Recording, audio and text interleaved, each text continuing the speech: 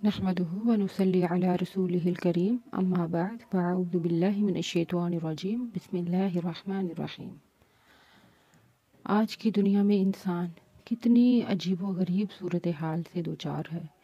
جو کرتا ہے اس کا پورا صلہ نہیں ملتا، اور جو بدلہ دے سکتے ہیں، اجر دے سکتے ہیں، وہ کام پر اجرت دے سکتے ہیں، اور کیسے مجبوریوں سے فائدہ اٹھاتے ہیں۔ کام کئی گنا اور اجرت اتنی کم۔ کون انسان کو اس کے اعمال کا بدلہ دے سکتا ہے؟ انسان اخلاص کے ساتھ جو کام کرتا ہے، انسان اپنی جان بھی گھلا دے کسی انسان کے لیے، اپنا سب کچھ بھی لگا دے، اس کے باوجود بھی انسان کی قدر نہیں کر پاتے۔ آج گھر گھر اس بات سے جھگڑا ہے، شوہر بیوی کے درمیان، دفتروں میں، دوستوں کے درمیان لوگ ایک دوسرے سے حساب کتاب مانگتے ہیں اور ایک دوسرے سے حساب کتاب چکاتے نظر آتے ہیں۔ فلاں کہتا ہے کہ میں نے آپ کے لیے یہ کیا، آپ نے میرے لیے کیا کیا، یہاں تک کہ اولاد اپنے والدین سے بھی مطالبہ کرتی ہے، والدین اولاد سے مطالبہ کرتے ہیں۔ انسان کی فطرت ہے کہ انسان مفاد پرست ہے۔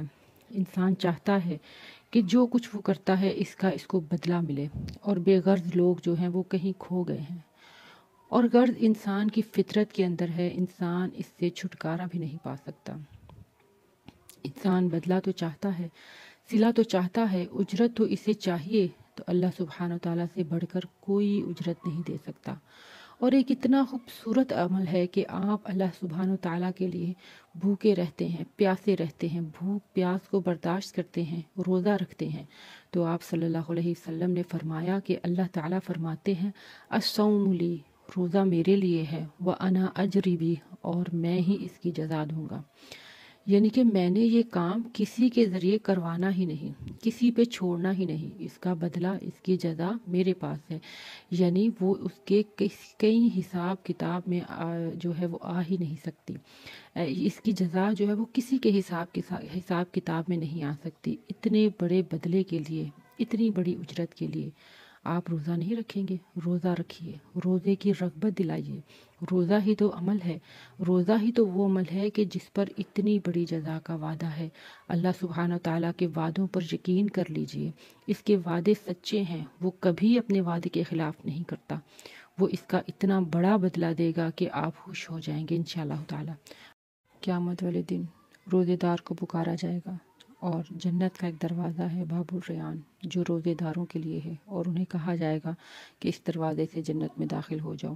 اس دروازے سے روزے دار کے علاوہ کوئی بھی داخل نہیں ہو سکے گا۔